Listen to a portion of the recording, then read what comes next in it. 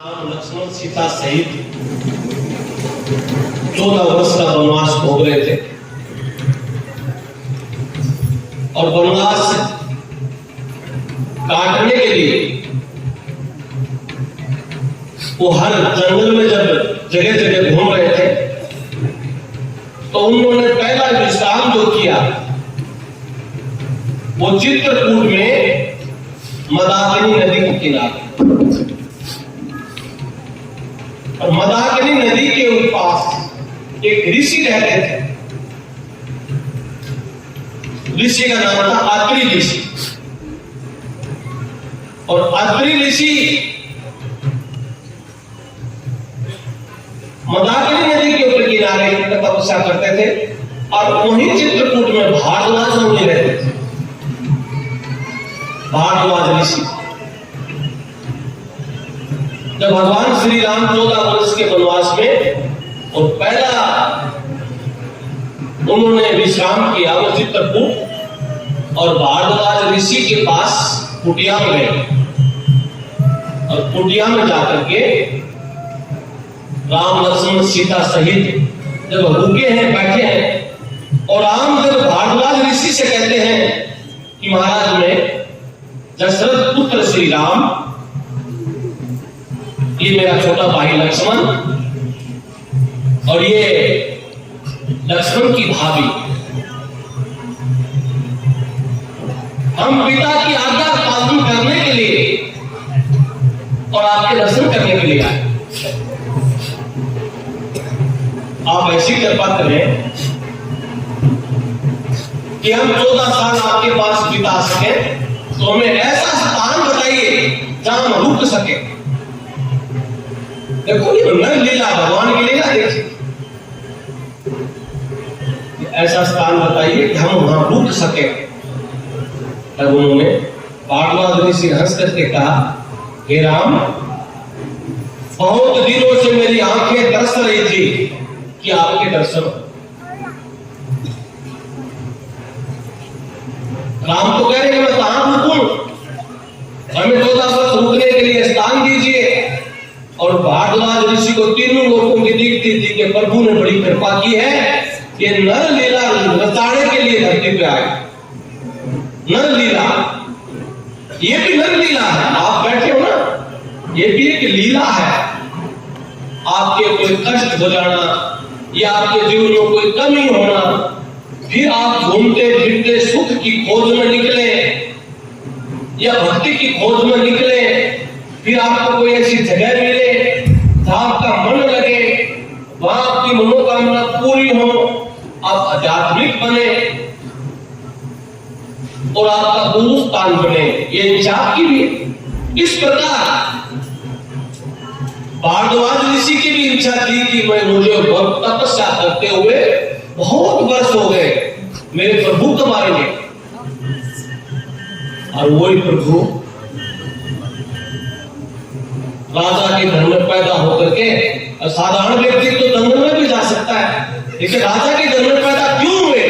क्योंकि राजा के घर में पैदा होकर के भी एक जंगल में तपस्वी की तरह, एक वनवासी की तरह भटकने के लिए गए। सुख का त्याग किया, आनंद का त्याग करके वो जंगल में गए। राजा का बेटा नहीं होता, अरे आम किसान का बेटा होता तो किसान का बेटा तो वैसे रात दिन खेती में काम करता है, मेहनत करता है। रात महल में रहने वाला जंगल में कंदमूल खाया और भटकते भटकते जब जंगल में घूम रहे थे तब भगवान इंद्र अप्सराओं को कहते हैं कि अप्सरा आपने क्या देखा? अप्सराएं कहती महाराज हमने एक बहुत सुंदर तपस्वी को देखा है। और भारद्वाज ऋषि की कुटिया में उधर से भक्तों भारद्वाज ऋषि कहते हैं कि महाराज आप, हे प्रभु, आप कहते हो कि मैं कहां रुकूं और मुझे लग रहा है कि ऐसी कौन सी जगह है जहां आपका निवास नहीं। देखो दोनों तरफ कितना सुंदर मन है। एक तो कह रहे हैं कि हम कहां रुके और ये कह रहे हैं कि ऐसी कौन सी जगह है जहां आप नहीं रहते, आप तो कण कण में रहते हैं। बाद ऋषि की बात सुनकर के श्री राम मुस्कुराए और मुस्कुरा करके कह दिया, महाराज हम तो संतों के दर्शन करने के लिए आए। अब लक्ष्मण जी सुन रहे हैं कि भारद्वाज ऋषि तो कह रहे हैं कि ऐसी कौन सी जगह है जहां आप नहीं रहते, और राम कह रहे हैं कि गुरु मैं आपके दर्शन करने के लिए आया हूं। ये लीला क्या है? उस लीला का आनंद लेने के लिए भगवान श्री राम ने 11 वर्ष चित्रकूट के ऊपर बिताए,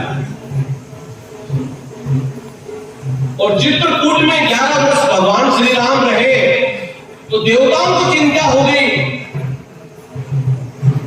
कि जो कार्य हमें करवाना है जिस प्रभु से, उन्होंने 11 वर्ष तो यहीं निकाल दिए, समय तो बचा ही नहीं, और चिंता होने शुरू हो गई। सभी देवता इकट्ठे होकर के भोलेनाथ की शरण में गए। हे प्रभु, जो हमारे विष्णु आए हैं वो तो चित्रकूट बैठे, आपके भगत को कुछ कहो ना, कुछ कृपा करें। भक्तों, उसी चित्रकूट से श्री प्रभु कामगिरी पर्वत पे वहां रुके तो वहां पीछे से राम लक्ष्मण सीता सब आनंद से बैठे थे, तो भरत भैया आते हैं लेने के लिए। देखो रामायण हमें क्या सिखाती है। भरत जी आ जाते हैं चित्रकूट, और चित्रकूट आकर के पूरी सेना सहित आते हैं, तीनों माताओं को साथ लेकर के आते हैं, और ढूंढते ढूंढते चित्रकूट पहुंचे तो राम उससे पहले चित्रकूट से कुछ निकल करके और कामगिरी पर्वत है वहां चले। भरत शत्रुघ्न दोनों भारद्वाज ऋषि की कुटिया में आकर के कहा, प्रभु हम दशरथ पुत्र भरत और ये शत्रुघ्न ही हमारी माता है, हमारा भाई श्री राम जो अयोध्या का राजा है, लेकिन पिता ने छोटी सी बात कह दी, उसके कारण वनवास में आया। हमने सुना कि आपकी कुटिया में रहते हैं, दर्शन करवाएं। तो भारद्वाज ऋषि बड़े खुश होते हैं कि प्रभु तेरी भी क्या लीला है। मैं सोच रहा था कि उस मां का दर्शन करूं जिस कुख से राम पैदा हुआ है, और मेरी भक्ति तूने सफल की। अयोध्या से पैदल चल के वो मां भी मुझे दर्शन देने के लिए आई। जय हो महाराज। जिससे राम पैदा हुआ। भारद्वाज ऋषि हंस करके कहा, जहां देखो वहां मेरे राम। वहां से चले भरत और शत्रुघ्न, और पूरी सेना जब चल रही है तो लक्ष्मण जी को अधिक क्रोध आता, तेज था, क्योंकि शेषनाग के अवतार थे, और शेषनाग में तो विष होता ही है, लेकिन उसके पास रहती है मणि। मणि कभी विष को नहीं लेती, जितना सर्प उस पर विष डालता है उतनी मणि चमकती जा रही। तो लक्ष्मण जी के पास में मणि कौन थी? राम मणि थी। सेनाओं के सहित जैसे, और गुप्त आकर के संदेश देता है कि भैया लक्ष्मण जी पहरेदार सावधान हो जाओ, अयोध्या का राजा भरत आ रहा है। लक्ष्मण जी को क्रोध आया, अभी मन नहीं भरा गया उसका।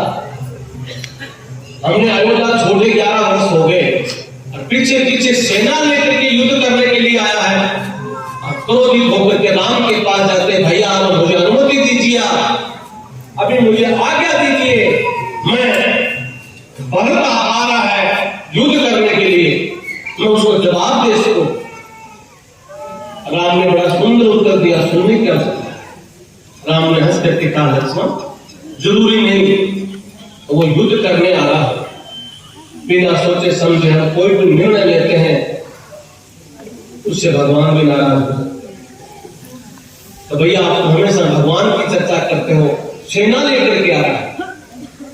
जैसे भक्त जी और नजदीक में चले और लक्ष्मण जी फिर क्रोधित हुए, भैया मुझे अनुमति दीजिए। तो राम ने एक संदेश दिया सबको कि बिना सोचे समझे किसी पर भी क्रोध नहीं करना। क्या पता क्या लीला है। जैसे भरत जी आए और भरत दूर से ही दंडवत प्रणाम करके जोर जोर से रोने लगे और राम के चरणों के लग गए। तब लक्ष्मण जी ने सोचा अगर मैं भाई की अनुमति नहीं लेता और बिना सोचे समझे अगर कदम उठा लेता तो आज मुझे मेरा प्रभु माफ नहीं करता। ये भी भाई है, इसकी मदद के लिए आया हूं और ये भी मेरा भाई। मैं किसको मारता किसको छोड़ता, मन मन में गिरानी करता है। तब भरत जी जाकर के लक्ष्मण जी को गले लगा लेते हैं और उधर राम दोनों भाइयों को गले लगा लेते हैं। तीनों माताएं हैं वहां, भक्तों वहां दोनों भाई इस प्रकार से आंसू बहाते हैं। आज भी कभी चित्रकूट आपको जाना हो तो देखना, बहुत कठोर पत्थर है जहां दोनों भाइयों के आंसू गिरे, वो धरती आज भी वहां से जड़ी हुई दिखाई देती। जय हो। इस बात का यही भाव होता है कि भाई कैसा भी हो बदले की भावना नहीं रखनी चाहिए। राम कहते लक्ष्मण अगर तू विचार नहीं करता, बिना विचार किए क्रोध कर लेता तो क्रोध तो अग्नि से भी खराब है। क्रोध में अग्नि कम है, क्रोध अधिक है। अग्नि ठंडी हो जाती है, क्रोध ठंडा होता है जब तक कई लाशों का ढेर हो जाता है। तो भगवान राम की कथा से हमें ये भी मिलता है, भाई भाइयों में अगर परिवार में झगड़ा हो जाता है तो राम की तरह, राम जैसे तो नहीं कर सकते लेकिन राम की तरह अपनों को समझाना चाहिए कभी आप ऐसे मत लड़ो, वक्त है, पता नहीं क्या क्या लीलाएं हैं। जब वहां से भरत जी ने कहा कि भैया आप अयोध्या चलो, हम लेने के लिए आए। तीनों माताएं आई। राम कहते हैं भरत मुझे मेरे पिताजी ने वचन दिया है कि आप 14 वर्ष वनवास का, बोला वो हो गया ना, पिताजी की आज्ञा का भी पालन हो गया, पिताजी स्वर्ग में भी चले गए और मैं एक अयोध्या का सैनिक के नाते, एक सेवक के नाते राज करने के लिए आया हूं। आप चलो अयोध्या में। पूरी नगरी के लोग आए बुलाने के लिए। राम ने कहा नहीं, माँ बाप की आज्ञा का पालन जो व्यक्ति करता है उसके कई जन्म धन्य हो जाते। 11 वर्ष में कुछ नहीं बिगड़ा तो फिर आऊंगा और आऊंगा अयोध्या में उस राजा का दर्शन करने के लिए जो राजा अयोध्या में राज कर रहा है। तब भरत जी रोने लगे, भैया ऐसा ताना मत मारो, राम राजा ही रहेगा अयोध्या का, बाकी कोई राजा नहीं रह सकता। जय हो। तो भक्तों भरत जी ने बार बार विनती करी कि भैया आप चलो। तो राम ने कहा ऐसा करो, ये तो मेरी तलवार, ये आप हाथ में रखो, ये मेरे खड़ाऊ और पैरों के तैरने वाली, ये खड़ाऊ और तलवार लेकर के आप गद्दी पर बैठ जाओ और आप गद्दी पर बैठ करके राज करो। हमें बड़ी प्रसन्नता होगी कि मेरा भाई मेरे हाथ की तलवार और मेरे पैरों की खड़ाऊ लेकर के राज सिंहासन पर बैठ गया, अच्छा फैसला करेगा। जैसे ही भक्तों राम ने खड़ाऊ निकाली तो भरत ने पैरों में नहीं पहनी, वो खड़ाऊ कहां रखी भरत जी ने? आज हम लोग 4 फुट जमीन के लिए भाई भाई की हत्या करते हैं। जो भाण हमेशा अपने भाई की शुभकामना सोचती है, आज वो भाण जाकर के भाइयों से बाकी देती जमीन जायदाद। अरे वो रामायण जो सृष्टि का राज त्यागने वाला और भाई को तलवार में दे देता है और कुछ नहीं था पैरों में पैरने के लिए, खड़ाऊ थी, कांटे नहीं लगे, खड़ाऊ भी निकाल करके दे दी, हाथ का हथियार भी दे दिया, तुम राज करो। और वो भाई उस तलवार को तो वापिस छोड़ देता है और वो के हाथ में दे देता है और खड़ाऊ लेकर के सिर पर धरते ही देवताओं में आंखों में आंसू बरसने लगे कि वारे प्रभु तेरी लीला अप्रमुख पार है। तुलसीदास जी लिखते हैं ना, करी कृपा भावड़ी दीनी भरत राज शीश धर दीनी। राम ने कृपा करी, फावड़ी पैरों की खड़ाऊ की और भरत ने सिर पर रख दी और अयोध्या में खड़ा हुआ राज सिंहासन पर रख दिया। और भरत जी 14 साल तक कहां रहे? नगरी के बाहर। कि राम जंगल में भटके और मैं महल में रहूं, राजा नहीं। भरत जी 12 साल तक अयोध्या के बाहर।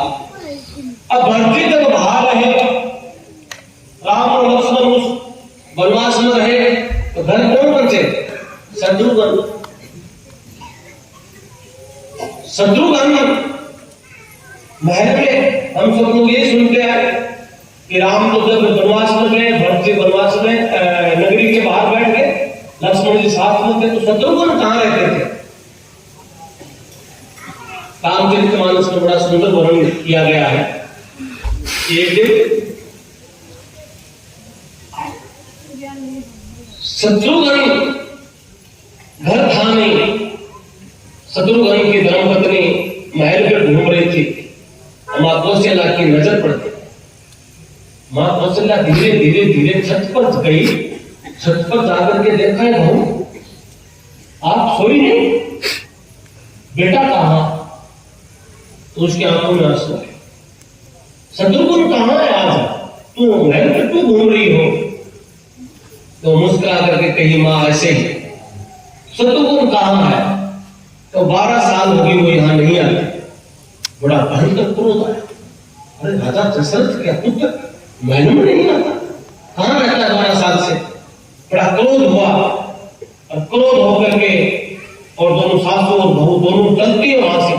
चलो शत्रुघ्न को ढूंढते हो, रात को कौन से महल में रहता है? सब महलों में ढूंढा, नहीं मिला। तो दोनों मर्दाना कपड़ा पहन करके ढूंढती ढूंढती जंगल में जैसे गई, तो जहां भरत जी विश्राम कर रहे थे, तो कुछ एक जगह एक शिला के ऊपर शत्रुघ्न हाथ में धनुष और बाण लिए बैठे थे। सास बहू दोनों जाकर के कौशल्या शत्रुघ्न की धर्मपत्नी दोनों पूछती है और देखती है बेटा तो ये बैठा, और जाकर के धमकाती है, तू यहां बैठा है, उस किले में कोई नहीं रहता, बहू अकेली घूम रही है। तो उसने हंस करके कहा, मां मुझे पाप लगेगा। 2 भाई वनवास में, एक भाई के वियोग में नगरी के बाहर बैठा है। शत्रुघ्न क्यों पाप कमाए महल में सोए? मैं 12 साल जैसे मेरे भाई नहीं आएंगे जब तक रात को विश्राम मैं भी नहीं करूंगा। देखिए भाइयों का प्रेम जब रामायण गाई जाती है। आज बच्चों छोटी छोटी जमीनों के लिए हम लोग हत्याएं कर देते हैं भाई। आज हमारे बच्चों से हम सबको खतरा होगा। आपका कोई शत्रु नहीं है, सही कर। हर व्यक्ति को भय लग रहा औलाद से, पता नहीं बेटा रोटी देगा। और शादी करके लाते हो ना बच्चों की, आप आत्मा से बचाओ। आपके मन में एक भय है कि बहु मुकदमा न कर दे दहेज का। शादी के दूसरे दिन यूं लगता है, और कई तो इतने बढ़िया विद्वान आदमी है, दहेज वाली लिस्ट का लेमिनेशन करवा के बक्सा में रखते हैं, पता नहीं कब कोर्ट में देनी पड़ जाए। सही कह रहा हूं? अरे वो, अरे अब कारण क्या रहा? हमने धर्म कथाएं, धार्मिक आयोजन, महापुरुषों का जन्मोत्सव, ये हमने मनाना बंद कर दिया। हमारे बच्चों को सिखाया नहीं, किसी धरती पर आप पैदा हुए तो आपका लक्ष्य क्या है? लक्ष्य अमेरिका जाके पैसा कमाना नहीं है। मैं कई वर्षों से कह रहा हूं बच्चों को बाहर मत भेजो। एक दिन ऐसा आएगा बाहर से कि पहनने के कपड़े यही रहेंगे, बाकी कुछ नहीं, खाली आएंगे। मैं पिछले 6 साल से कह रहा हूं कि बाहर मत जाओ, यहां बहुत काम है। इस देश में कमी नहीं, बच्चों को पढ़ाओ, वैज्ञानिक बनाओ, डॉक्टर बनाओ, इंजीनियर बनाओ, विद्वान बनाओ, अपने आप के काम पास में आ जाएगा। जिसके पास भगवान की कृपा और सत्ता है वहां लक्ष्मी जी अपने आप में निवास करके भटकने की जरूरत नहीं। इस प्रकार भरत जी नहीं आए, राम वनवास में रहे। अब यहां की लीला देखिए, बाबूजी महाराज का जन्म क्यों हुआ, इस विषय पे जानना चाहता हूं। तो वहां से वो चलते हुए नासिक चले, आज का नासिक, और पहले वहां था गोदावरी नदी का तट। आज नासिक बसा हुआ है, उस जगह का नाम था गोदावरी नदी का तट। हर नदी के किनारे ऋषि महात्मा तपस्या करते। उस गोदावरी नदी के पास भगवान राम ने कुटिया बनाई। और एक संत ने गाया ना, प्रभु ने कुटिया बनाई रे जाए वन में। भगवान वन ने कुटिया बनाई और वहां रुके। वहां से फिर देवताओं ने शंकर भगवान को कहा, प्रभु ये तो बस 12 वर्ष यहीं बीत जाएंगे, हमारा काम तो रह गया। वहां से सुर्पणखा, राम की बहन सुर्पण बहुत सुंदर थी। ये तुलसीदास जी जो लिखा है सुर्पण, स्वरूप देसी भाषा में ना बहुत स्वरूप है, बहुत सुंदर है। यूं राम की बहन बड़ी सुर्पण ही, बहुत सुंदर ही। खान मतलब खजाना, सुंदरता का खजाना, उसका नाम है सुर्पणखा। सुर्पणखा वहां से आती है लंका से, और वो गोदावरी नदी के किनारे सीता लक्ष्मण राम कुटिया में जा रहे थे। वहां देखा रहा, ये तो बड़ा सुंदर नजारा है, ये सीता तो बहुत सुंदर है, क्यों ने प्रभु की कोई कृपा हो। अब ये राम के साथ में जो सीता है, ये सुर्पणखा सोचती है कि लक्ष्मण मेरे से शादी करा ले तो हमारी जोड़ी बड़ी अच्छी बनेगी। सुर्पणखा आकर के राम से कहती है कि ये तेरे साथ कौन है, कि ये मेरी धर्म पत्नी है, मैं तुम्हारे से शादी करना चाहती हूँ। उसने हंस करके मजाक कर दिया कि हम तो दोनों राजी हैं, और उस पेड़ के नीचे भाई है, दूसरा उससे मिल ले। सुर्पणखा वहां जाती है, जाके कहती है, भाई मेरा चेहरा देख, मेरे से शादी कर। तो हंस करके बोला कि सखी आप बहुत सुंदर हो, बहुत बढ़िया हो, लेकिन 12 साल तक मैंने केवल एक ही धर्म अपना रखा है कि मेरे भाई की रक्षा, और रक्षा है मेरा धर्म, सब कुछ मेरा ये। मैं न खाना खाता, न अन्न खाता, न सोता, न किसी पराई स्त्री की छाया गिरने देता। ये मेरा 14 साल का व्रत है। तो उसको पता लग गया व्रत तोड़वाना है। व्रत तोड़वाने के लिए वो लक्ष्मण को छूने लगी। लक्ष्मण आगे आगे दौड़ते हैं, सुर्पणखा पीछे पीछे दौड़ती है। बीच में राम बैठे, एक चक्कर काटा लक्ष्मण जी ने। राम हंस रहे हैं, सीता मैया हंस रही है, क्योंकि टाइम पास तो करना पड़ेगा जंगल में। सीता कहती है लक्ष्मण और भागो, पीछे आगे। एक चक्कर हुआ, दूसरा चक्कर हुआ, तीसरे चक्कर में राम ने लक्ष्मण ये भाई को साक्षी मान करके, मुझे साक्षी मान करके तुम्हारे से शादी करना चाहती। लक्ष्मण बोला ये बात है, वापिस मुड़े और अपने तलवार से सुर्पणखा का नाक और कान क्या कर दिया, काट दिया। नाक कान काट के ही सुर्पणखा ने वहां वचन दिया था कि मैंने मन में भगवान राम को साक्षी मान करके और तेरे से शादी कर ली। 3 फेरा तो मैंने ले लिया, और 4 फेरा कलयुग में मैं उमरकोट के राजा संजोल की पुत्री बनकर के आऊंगी, और आप राजा धंधल के राजकुमार के रूप में प्रकट हो गए। 4 फेरा मैं आपसे वहां लेऊंगी, मैंने मन में पति स्वीकार कर लिया है। ये कह के सुर्पणखा वहां से निकलती है और रोती हुई रावण के पास जाती है। वहां से ये रामायण का युद्ध शुरू। तो 3 फेरा तो सुर्पणखा ने वहां ले लिया, और युद्ध हुआ। युद्ध में सब जीते ही राम अयोध्या के राजा बन गया। बीच का समय द्वापर युग में भगवान श्री राम के रूप में, विष्णु के रूप में कृष्ण जी आए, बलराम जी के रूप में लक्ष्मण जी आए और महाभारत युग समाप्त हुआ। एक दो युग चले गए, द्वापर युग जाने के बाद में कलयुग आया और कलयुग में नारद मुनि कहते हैं भगवान कृष्ण से, तब हमारा कल्याण कैसे होगा? आपका तो समय पूरा हो गया, धरती की रक्षा कौन करेगा? जब भगवान स्वयं कृष्ण जी कहते हैं कि नारद मुनि, कलयुग में एक नाम का आधार रखना, जहां से आपका लगन हो जाए, जहां से आपका मन जुट जाए, उस जगह को पकड़ लेना। कलयुग में केवल नाम आधारा, सुमर सुमर नर उतरे उतरो। एक आधार मान लेना कि मेरा वहां कल्याण होगा, मैं सब रूप में हूं, वहां तेरा उद्धार। तब से भक्तों कलयुग शुरू हुआ तो हमारे संतों ने, महात्माओं ने तपस्या शुरू की और समय चलता गया, बड़ा अच्छा आनंद चल रहा था। उस समय में विदेशों से मुगल आ गए। मुगलों ने आकर के अत्याचार करना शुरू किया तो मुगलों को अत्याचार देख करके और लोग डर से धर्म बदलने लगे, मुस्लिम बनने लगे, छुआछूत बढ़ गई। तू छोटा है, हम बड़े जाति के हैं, तुम छोटे जाति के हो, और ये देश टूटने लगा। मनुष्य से मनुष्य नफरत करने लगा। ऐसे समय में हमारे राजस्थान में 5 लोग देवता हुए थे, गुगा जी, काबू जी, रामदेव जी, हरपू जी, केवा जी, केजा जी, पंचवीर के नाम से पूजे गए क्योंकि ज्यादा यही क्षेत्र ऐसा था। और पंजाब क्षेत्र में वो महागुरु पैदा हुए, गुरु गोविंद सिंह जी, जय बहादुर सिंह जी, राम सिंह जी, गुरु नानक देव जी, उधर से उन्होंने मोर्चा संभाला और इधर से इन देवताओं ने मोर्चा संभाला।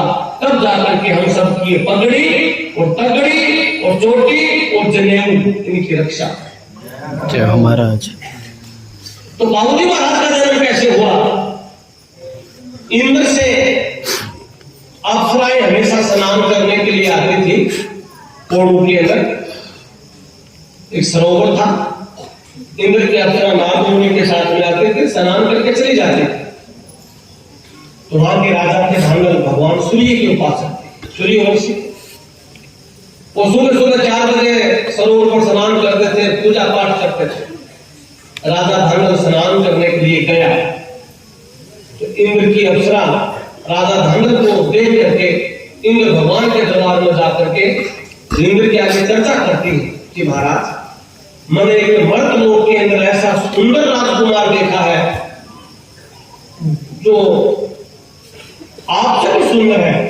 तो इंद्र बड़ा क्रोधित होकर के कहा, तुमने मर्त लोक के महापुरुष की किसी की तारीफ की है, बढ़ाई की है, तो मैं इंद्र लोक को नहीं रख सकता। उसी अप्सरा को वापिस उसी दंगल में छोड़ दिया।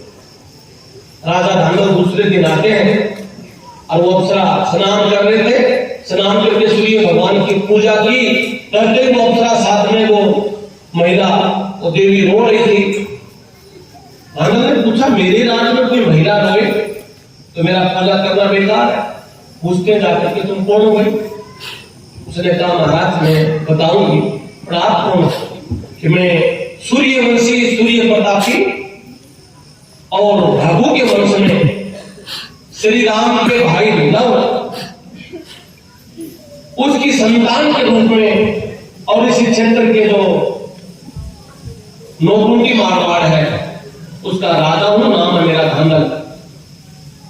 और राजा होने के नाते मेरा कर्तव्य बनता है कि कोई महिला परेशान है, रो रही है, पूछना चाहता। उसने कहा कि महाराज पूछना चाहते हो लेकिन आप कुछ मदद भी कर सकते हो। क्या कर सकता कि मैं इंद्र की परी हूं, मंजू देवी मेरा नाम है, मंजू दोसा भी कहते हैं, दोसा परी को कहते हैं, इंद्र का शब्द है। तो मंजू देवी मेरा नाम है, इंद्र से इंद्र की परी हूं और इंद्र भगवान ने मुझे आपकी तारीफ के काल निकाल दिया, तो मैं वापस कैसे जाऊं?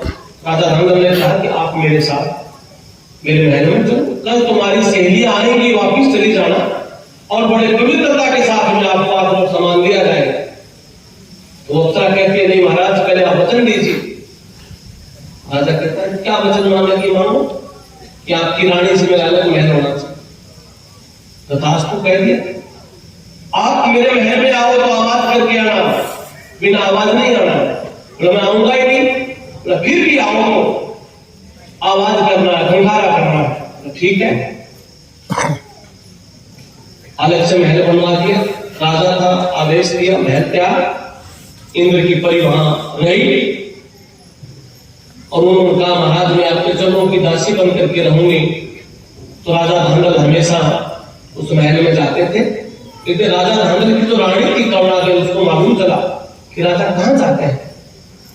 उधर से इंद्र की परी की एक संतान पैदा हुई। राजा ने विचार किया कि भाई मैं देखूं। रानी ने ये कहा कि महल में आओ तो आवाज करके आना, और मैं आज बिना आवाज किए जाना चाहता हूं कि रानी क्या करती है। तो राजा धांगल महल में जैसे प्रवेश हुए तो इंद्र की परी ने सिंहनी का रूप धारण करके, शेरनी का रूप धारण करके जो बच्चा पैदा हुआ था उसको दूध पिला रहे। राजा धांगल ने देखा, वापस मुड़ने लगे। पीछे रानी थी दूसरी जो पीछे पीछे आई, और उधर से इंद्र की परी अपने असली रूप में आकर के बोली, हे राजा धांगल, आपने वचन दिया था कि महल में आऊंगा तो आवाज करके, आपको मुझ पर विश्वास नहीं हुआ। मैं मेरे बच्चे को दूध पिला रही थी, लेकिन आप आ गए तो आपका वचन का उल्लंघन हो गया। आज मैं इस संसार से जाऊंगी क्योंकि आपका मेरा समय पूरा हो।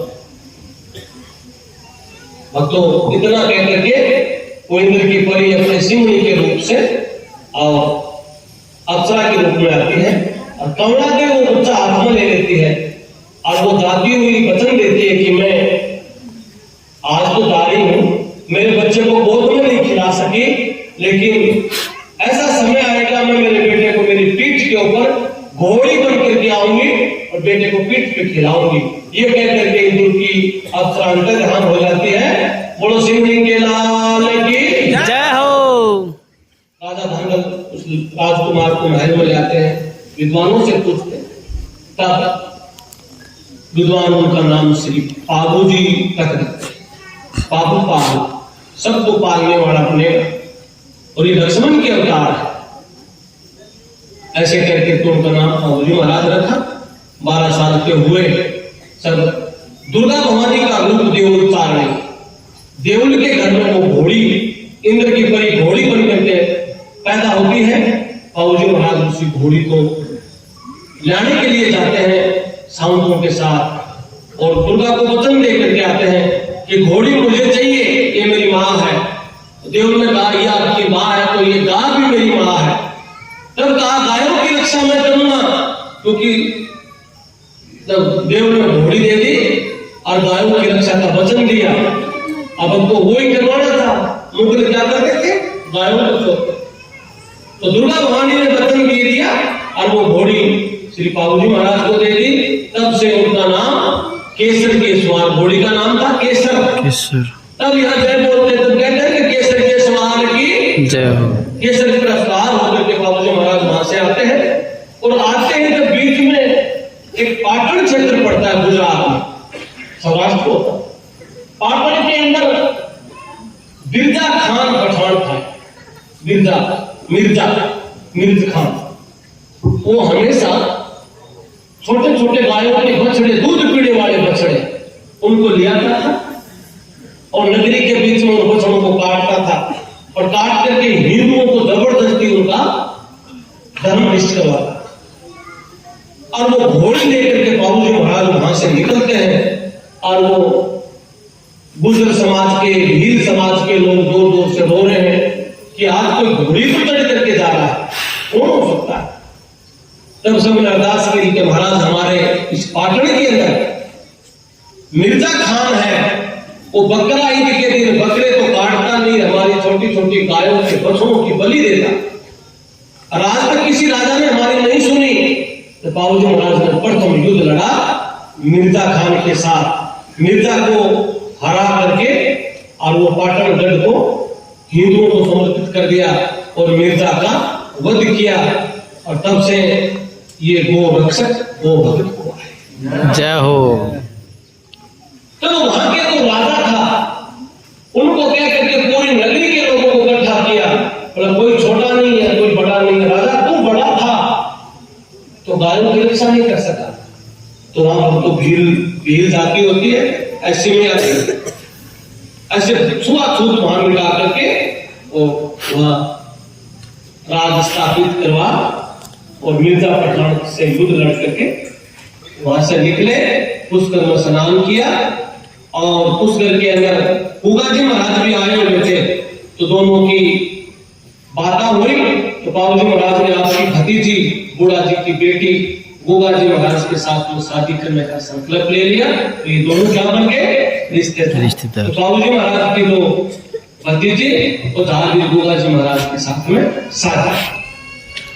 हमारे कवि सिंह जी कहते हैं गोगा जी की शादी में बाबूजी महाराज ने ऊंटों का दान देना पड़ा। पहले लोगों के पास बैल और ऊंट ही होते थे, ट्रैक्टर तो आ जाए।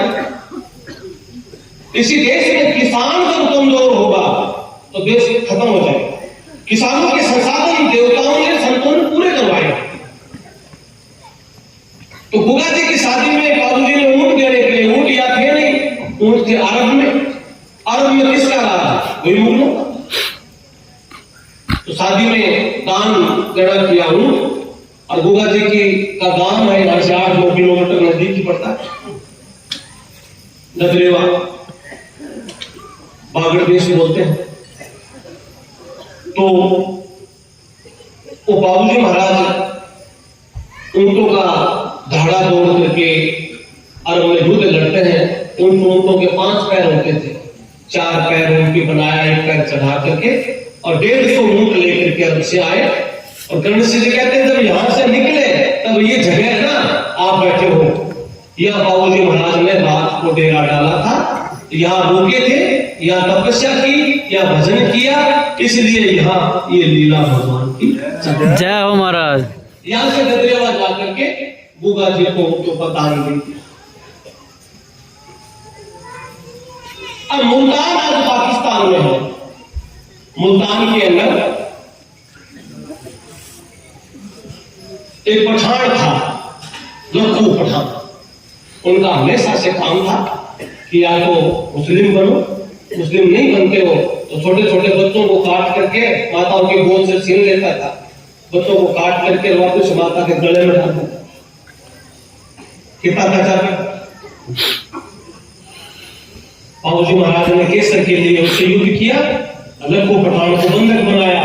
लखू पठान फिर गाय की सौगंध खा करके बाबूजी महाराज के आगे और वो हिंदू बन गया। लखू पठान का नाम रखा गया लखी पिंजारा। पुराने लोग जानते लक्ष्मी पिंजारा के। लक्ष्मी पिंजारा के 4थी पीढ़ी के अंदर पोता हुआ तो बाबूजी महाराज का उपासक था जिनका नाम था भोम सिंह पिंजारा। और भोम सिंह पिंजारा के एक था कुत्ता, तो बढ़िया को गिरवे रख करके आया, सुना ना अपने कुत्ता मार के रोया पिंजारा। लखू पठान को बाबूजी महाराज ने लक्ष्मी पिंजारा बनाया और हिंदू बन गया, और वहां की माताओं को, बहनों को, सबको आजाद किया और धर्म स्थापना। उसके बाद वहां से चले और मुगलों ने डरते हुए अत्याचार करना बंद किया। ऊंट लाए उसी समय में, ऊंट थे, तो वहां से निकलते हुए और उमरकोट आता है, आज का उमरकोट जो पाकिस्तान है, वहां से निकले तो वहां की राजकुमारी से उनकी शादी की शर्त हुई।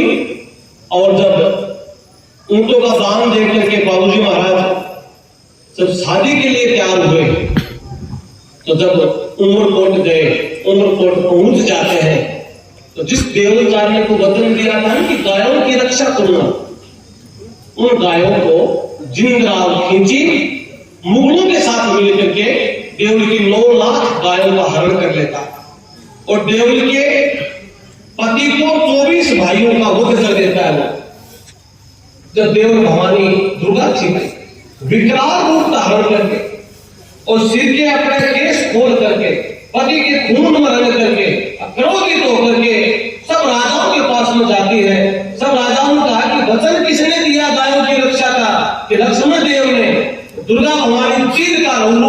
करके उमरकोट गए। उमरकोट में बाबूजी महाराज शादी में क्या कर रहे थे, मंडप में फेरा फेर रहे थे। एक फेरा हुआ, दो फेरा हुआ, तीसरे फेरे के अंदर वो देवल जोर से आवाज लगाती कि हे बाबू मेरा रूप देख, खून से भरी हुई थी। भवानी क्या हुआ कि मेरे पति का वध किया, गायों का हरण हो गया। जब रानी ने कहा कि महाराज इसकी बात मत मानना, हमने सुना महाभारत में द्रौपदी ने 5 पति बना करके महाभारत रच दिया। तब बाबूजी महाराज क्रोधित होकर के, रानी ऐसे नहीं बोलते, ये मेरी बहन है, भवानी है, और गायों की रक्षा करने का मेरा संकल्प है। क्षत्रिय का प्रथम धर्म है, नारी से भी कोई प्रिय है तो धर्म है, जय हो। सबसे कोई प्रिय है तो धर्म है। 3 फेरा लिया, चौथे फेरे में खड़े हो गए। तो 1 फेरा रानी ने लिया, 4 फेरा में पंडित जी को कहा, पंडित जी आपको आशीर्वाद दे, अब मैं गायों की रक्षा के लिए जाऊंगा। मेरी रानी से प्रिय मुझे गाय है। और तो तब आकाशवाणी होती है कि 3 फेरा तो मेरा उसमें सतयुग में हुआ था, उस युग त्रेता युग में हुआ था, 4 मेरा अब हो गया। जब से हमारे राजस्थान में आड़ है, शादी में हम लोग 4 फेरे लेते हैं, किसी भी जाति का व्यक्ति हो 7 फेरे नहीं। और राजस्थान से निकले हुए लोग हैं जो जगह जगह रहते हैं, उनका भी लगभग शादी में कितने फेरे होते हैं, 4 ही होते हैं, 7 बोले जाते हैं। तो वो भी हमारे घर वंश से परंपरा पड़ी। और बाबूजी महाराज गायों के लिए युद्ध में गए, युद्ध में जाकर के गायें छुड़वाई और युद्ध जीत करके आए। और जब देव ने कहा कि गाय प्यासी है, पानी पिलाओ, तब तो वहां कुआ था, उसमें सोपत नाम का राक्षस था जो हमेशा मनुष्य की बलि लेता था। हर घर में उसका अंतर होता था। वो तालाब के अंदर बैठ गया, कुएं का सारा पानी पी गया। बाबूजी महाराज गायों को पानी पिलाने के लिए कहते, उसको पानी है नहीं, तो उसे राक्षस से युद्ध किया और सोपती राक्षस को मार करके और गायों को जल पिलाया और दुर्गा को गाय समर्पित कर दी। और समर्पित करने के बाद में जिंद्राव खींची जब आता है तो जिंद्राव को कहते हैं कि तुम मुर्गों के साथ मिलकर के गायों का हरण करता है, ऐसी दुनिया में हमें नहीं रहना, क्योंकि जहां धर्म ही नहीं रहे तो वहां महापुरुषों को लंबा जीना भी बेकार होता है। या तो धर्म की रक्षा करें और या वहां से हटे। बाबूजी महाराज घोड़ी सहित अंतर ध्यान हो जाते हैं और वहां जितने भी मुगल थे उनका वध कर देते हैं। अपने भक्तों को दर्शन देकर के अंतर ध्यान होते हैं। तो लोगों ने कहा कि माया क्या है। जब दुर्गा जी ने वहां बाबूजी महाराज को वापिस जीर्ण कर लिया और शेषनाग के रूप में वहां प्रकट हुए और लक्ष्मण जी बन करके पूरी नगरी को दर्शन दिया। और दर्शन देने के बाद में दुर्गा ने कहा कि लक्ष्मण जी अब आप राज करो। कि भवानी कलयुग में राज अच्छे लोगों के लिए नहीं है, पापी आदमी के लिए राज है। क्योंकि कलयुग में धरती की जितने भी जिया जून है ना, जीव जंतु है, वो मर्यादा तोड़ देंगे। नारी का अनादर होगा, भाई भाइयों में मुफ्त में चलेंगे और भाई अपने पिता और माता की बांधी करेंगे कि 2 दिन रोटी तेरे पास खाएगा, 2 दिन तेरे पास खाएगा। और दोनों भाई अगर राजी हो जाए तो खुश होकर के माँ बाप को वृद्धाश्रम में छोड़ेंगे कि भैया आधे पैसे तू दे, आधे मैं दूं। बापू जी को माता जी को कहां छोड़े? वृद्धाश्रम में। और वो बापू जी माता जी का एक सपना कि मेरे पोता हो, पोती हो, मैं बुढ़ापे में पोता पोती खिलाऊं। हे भवानी, पोता पोती खिलाने के टाइम में कलयुग आएगा तो माँ बाप वृद्धाश्रम में बैठ कर पुत्र पुत्र करके मर जाएंगे, पानी में। ऐसी धरती पर मुझे राज करके क्या करना है? और जो क्षत्रिय है ना, ये धर्म छोड़ देंगे, दुष्ट आदमी राजा बन जाएंगे अच्छे आदमी इसी कलयुग में परेशान हो जाएंगे, चोर लुच्चे लफंगे देश के राजा महाराजा बन जाएंगे। और ब्राह्मण है वो संध्या छोड़ देंगे, पूजा पाठ करने छोड़ देंगे और वेद पुराण की कहानी कहेंगे, उससे कमाएंगे। झूठा हो जाएगा वेद पुराण। वेद पुराण की बातें हैं अशुद्ध हो जाएंगे। ऐसी धरती पर मुझे नहीं रहना है। तो फिर लोगों को दर्शन दे करके केसर घोड़ी सहित अंतर ध्यान हो गए थे।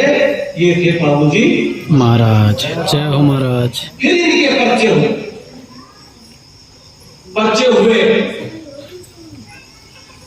तब इनको भक्तों एक वरदान मिला कि जिस घर में प्रेत बाधा है या कुछ ऐसी समस्या है, पूरे टोट के होते हैं, तो लक्ष्मण जी की आड़ होती है। हमारे पहले पुराने टाइम में आप लोगों को भी मालूम होगा, बहुत से लोग अपने घर में लोटा पानी का भर के और मुख्य गेट के आगे पानी की क्या लगाते थे? तार। बताओ, तार। अब भी बहुत लोग लगाते हैं शाम को अपने मेन गेट के आगे जल की तार। ये लक्ष्मण जी श्री बाबूजी महाराज की रेखा है, क्योंकि लक्ष्मण जी ने सीता के चारों तरफ रेखा खींची, उस रेखा में रावण नहीं बढ़ सका। सीता ही बाहर निकली, रावण नहीं बढ़ सका। तब श्री बाबूजी महाराज ने अपने भक्तों को कहा कि श्री राम का नाम लेकर के और मेरे नाम की जल से या भभूति से कुंभ के नाम से और आपके मेन गेट के आगे अगर आप शाम को या सुबह तार भी लगा देंगे तो आपके घर में कभी प्रेत बाधा प्रवेश नहीं करेगी। जय हो महाराज। जिस घर में संकट आता है, बार बार लटकाया हुआ चौकी मुंह या प्रेत बाधा का संकट बनता है, तो बाबूजी महाराज ने कहा कि जहां लक्ष्मण रहता था वह मेघनाथ को डरता था। और मेघनाथ ने अपने पिता को कहा, रावण को कहा कि पिताजी वो नर नहीं, वो नारायण वो लक्ष्मण नहीं, वो शेषनाग है। तो बाबूजी महाराज ने अपने भक्तों को कहा, गुरुओं को कहा कि लक्ष्मण देव के नाम की घर में अगर ध्वजा भी बांधोगे 5 रंग की, 5 रंग जिस घर में ध्वजा लगाएगी उस घर में प्रेत बाधा प्रवेश नहीं करेगी। जय हो महाराज। ऐसा गुरुजी महाराज का है, सर्पों के देवता थे।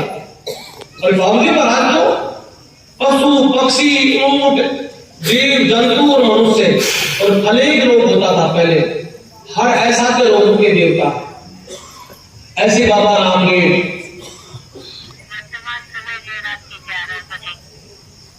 जो उनका मेरा दशरथ में रूपचांद करता है। तो ये 5 लोक देवताओं का जन्म आसपास में हुआ था। भादवी की दूज का रामदेव जी महाराज का हुआ था, भादवी की कृष्ण पक्ष नवमी का गोगे जी महाराज का जन्म हुआ था। कल नवमी है, भादवी की नवमी को श्री बाबूजी महाराज का जन्म हुआ था। और परसों दशमी है, दशमी के अंदर जाट समाज में देवता हुए थे तेजाजी महाराज, जो भगवान शिव के रूप थे। तो 10वें के दिन उनका जन्म हुआ है। ये 2 महीने है ना, ये जन्मी जन्म के हैं। और इन 2 महीना में चतुर्मास के 2 महीने बड़े धार्मिक महीने होते हैं। इस 2 महीना में बहुत से लोग देवी देवताओं का जन्म उत्सव आ जाता है, भगवान कृष्ण का भी जन्म उत्सव आ जाता है। और चतुर्मास के अंदर भक्तों के लिए बड़े पवित्र पावन पर्व आता है। तो भक्तों इस प्रकार बाबूजी महाराज का जन्म उत्सव है, वो कल है। जय हो। अब आप देखिए, गायों के लिए फेरा फिरने के लिए चमड़ी में मंडप में कोई रानी छोड़ सकता है? भाई मैं तो नहीं जा सकता गायों के लिए, मैं तो शादी में कर रहा हूं। लेकिन भक्तों ऐसे भी हमारे राजस्थान में वीर हुए। पढ़ना, उन्होंने अपनी रक्षा करने के लिए जन्म लिया था।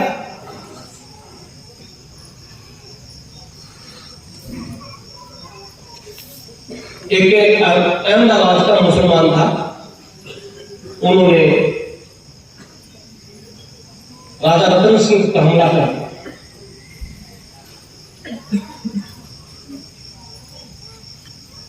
जाति से जुड़ाव थे, राजपूत थे। शादी होकर के घर ही पहुंचे थे और पहुंचते पहुंचते एक संदेश आया कि भी अपने राज्य में कब्जा हो गया और युद्ध हो रहा है। तो उसे जुड़ाव ने कहा अपने सेना को कि भाई मेरी तो शादी हुई है और तुम युद्ध लड़ो। उसकी रानी कहती है कि आप राजा हैं, हाँ। आप क्यों नहीं जा रहे? तो मैंने तो आज शादी हुई है, मैं क्या करूंगा? उसने कहा कि फिर आप विश्राम करिए, आपकी शादी हुई है, मैं जाती हूँ।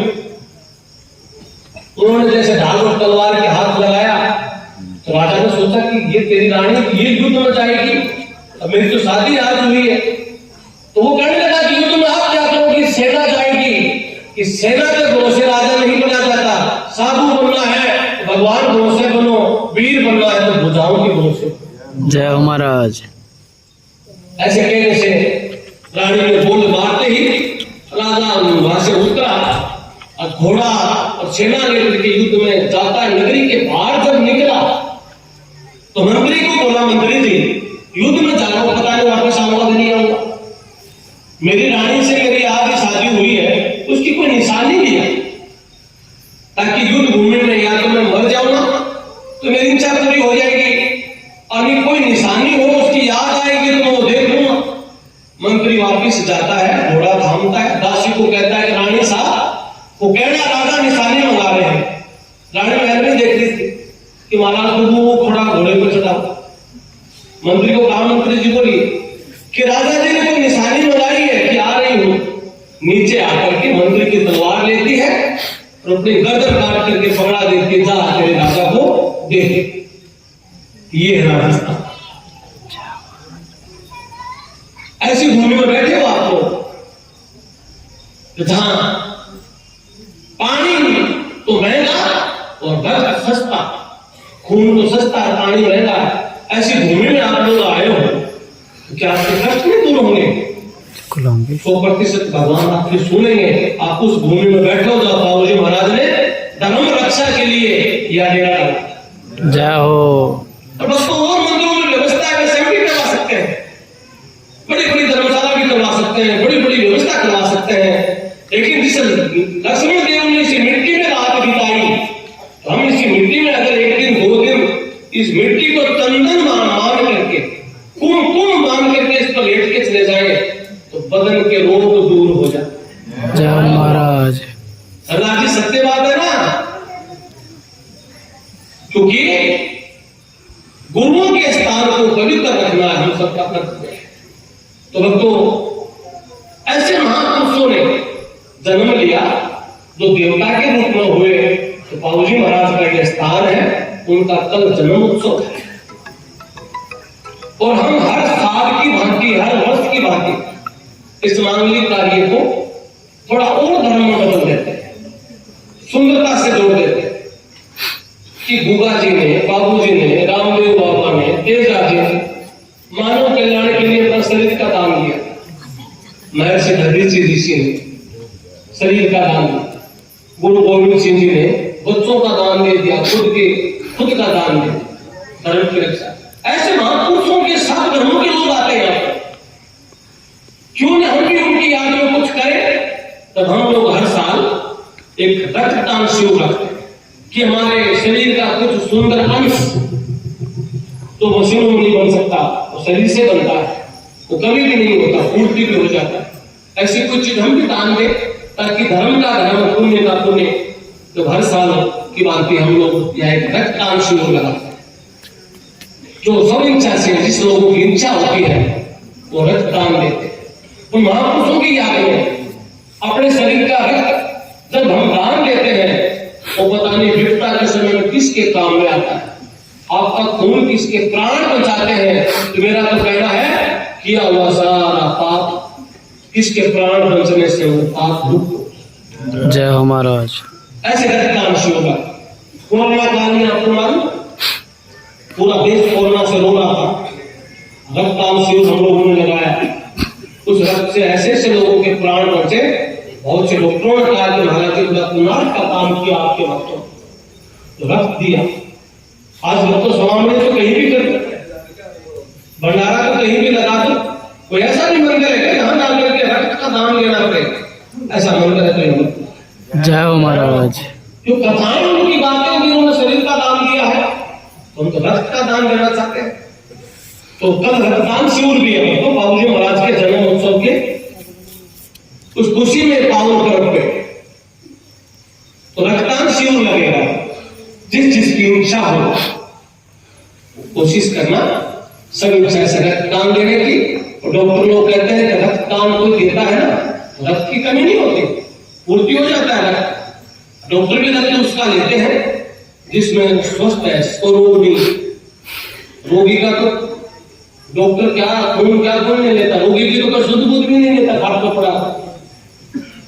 थोड़े दिन तो पूछेंगे कैसे हो, थोड़े दिन बाद में कोई नहीं पूछता कैसे हो।